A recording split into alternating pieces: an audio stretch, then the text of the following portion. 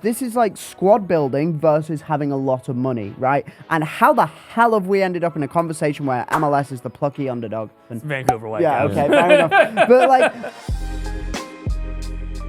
ladies and gentlemen, welcome to an episode of The Rondo presented by Spectrum. The CONCACAF Champions Cup final is now set. Vancouver Whitecaps versus Cruz Azul. What do you guys think about the teams? so this is one of the points, right, where like Tom Bogert schools me on soccer because I was like, look, into Miami, like Vancouver, not a chance. Like Ballon at Messi, like with Donski here. Like Vancouver, cute, nice start, whatever. But apparently this is actually quite a nice story. And in a shocking turn of events, Bogert is right.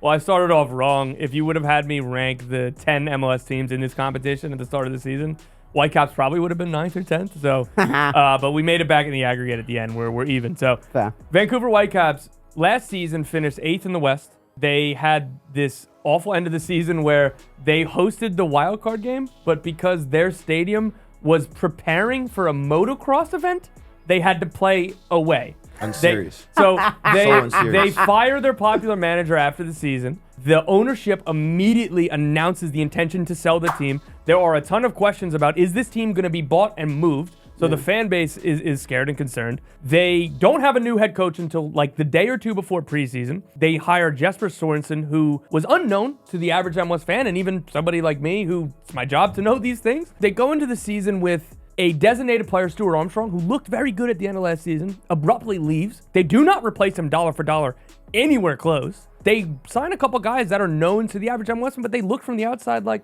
all right, like that's not going to be enough. For a team that wasn't that great last year, with all of these questions, they come into 2025 and they've been on as special a run in the CONCACAF Champions Cup in MLS history. The results that they've had, going to Mexico and getting results, rotating this team, everything they've done, this beautiful, brave style of soccer. This is just such a nice, organic story, and I'm along for the ride. Vancouver Whitecaps looking like a very strong team for this final, but I know that they defeated some Mexican clubs on the way, but Cruz Azul is looking on fire right now. I'm a Cruz Azul enthusiast. I love the idea of Cruz Azul. At the end of last season, Cruz Azul set a points record over like the course of the second half of the season. They're absolutely cooking, and then they lose their manager to Porto. And what should happen at that point is you fall apart, right? You lose your manager, and you're relying on a bunch of like guys in their early 30s. But instead what's happened is you've had a new manager come in, and those lads who are in their early 30s and have played for like 9 clubs over the course of their career are like,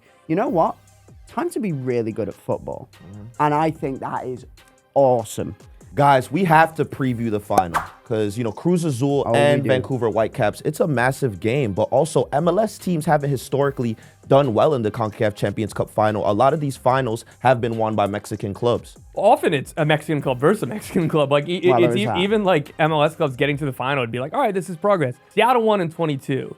That was the first time an MLS club won this tournament in its current edition. It's been a couple decades. And again, most of the time it was Mexican team versus Mexican team in the final. So MLS has caught up with overall spend.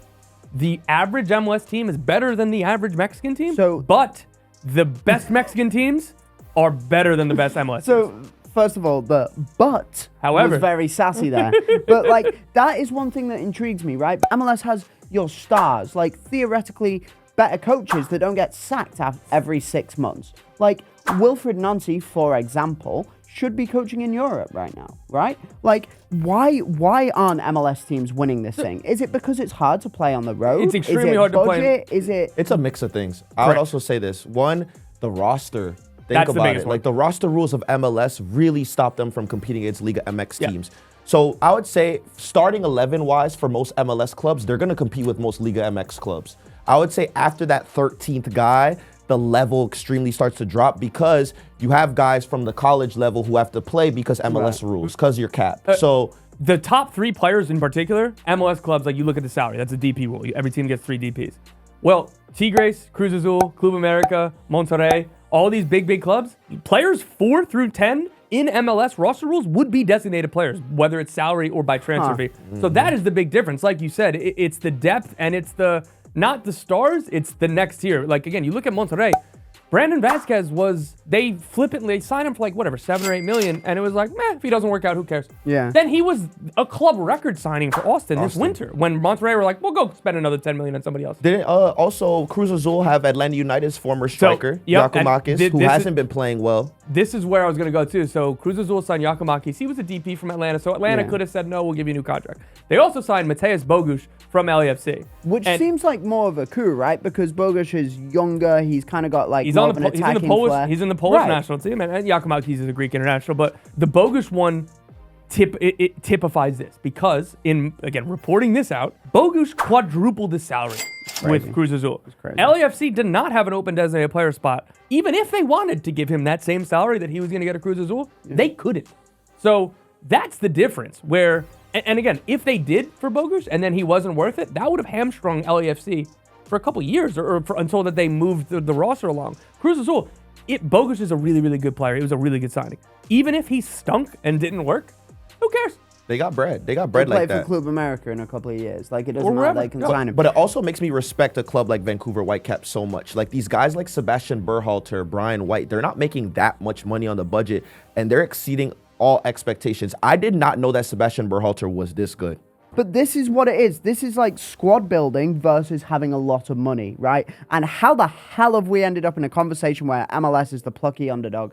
I don't know how this has happened. It's Vancouver Whitecaps. Yeah, okay, fair enough. But like, I'm excited for this game though. But you bring up Berhalter, they're not gonna have him, right? Yeah, gone. Bring the camera in. One of the things that I hate more than anything in tournament football, the yellow card suspension rule. Yeah. Sebastian Berhalter picked up a yellow card in each leg of the semifinal, which made him suspended. One of which was a time wasting deep into stoppage time in leg one, and the other one was just a slightly mistimed 50-50. It was a correct call, but it's not like he was coming in trying to injure people. Why are we inventing reasons for the best players on these teams to be unavailable? So, he didn't try to break somebody's leg. He didn't scream at a referee. These are normal football plays that nobody is going to remember other than that he's suspended for the final. No. I'd be lying to you if I said I thought he was going to be this good. Credit to the player, credit to the coach, credit to everything, and it's cruel that he's not in the final. Could we get some score predictions from the two Toms? Oh my God. I think it'll be... I don't say... We were joking about this off camera that none of my predictions should ever matter anymore. Like, I should just be like 6-5, 5 red cards for both teams. Come on now, we can't do that. All right, we gotta make it realistic. We can't do that. We like... but I like Sepulveda up front for Cruz Azul, and I think they probably just have a bit more experience, and when it comes to the final, everyone's knackered after 70 minutes. They'll have the edge. Sort of off the bench and grinding through the game. Give me a 2-1, Cruz Azul. 2-2 in extra time in the pens, Vancouver. Celebrating after penalties. You disgusting man rooting for penalties. I'm not rooting for it. I'm just trying to predict what might happen. Raheem, in your Cruz Azul tracksuit, what do you have? Ooh, this is going to be crazy. You know what I'm saying? I honestly, I love the way Vancouver Whitecaps played, and I love the way that they proved that they could play in Mexico, which is really important for this tournament.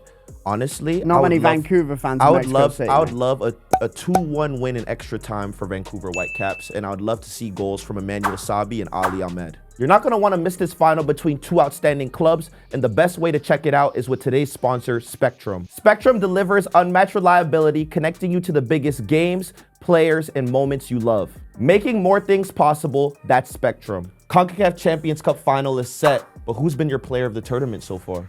Oh, easy. Angel Sepulveda, Cruz Azul. Oh, you love yourself a little middle-aged Mexican striker. No, look. Top scorer in the tournament. He scored 7 goals. He's 34 and he's on his 8th club in football, and now he's started learning how to play football. That's amazing. I love an journeyman, bro. Yeah, you need that. It's literally the unction. For sure, bro. He's been hooping. Yeah, it's amazing. So yeah, look, I think he genuinely has been excellent. I'm obsessed with this man as a concept, and I think he could make the difference. It's cool. So his age and the amount of clubs he's played for before that factors into the who's the best player in this tournament. It's just making sure that was in the fine print. Yeah. Okay. Yeah. Okay. So for you, the leading scorer, obvious. Cruz Azul will win. I think he gets it. But me, a thinking man, Sebastian Berhalter, the driver of everything that's going on in that midfield next to Pedro Vite and Andres Cubas for Vancouver Whitecaps. He has been the standout player. He's come up with big goals and big moments. To win a player of the tournament, you need to have those moments on top of everything else. Even though he's not in the final, I'm still giving it to Sebastian Berhalter. Thanks again to Spectrum for sponsoring today's episode. Make sure you guys tap into the CONCACAF Champions Cup final on June 1st.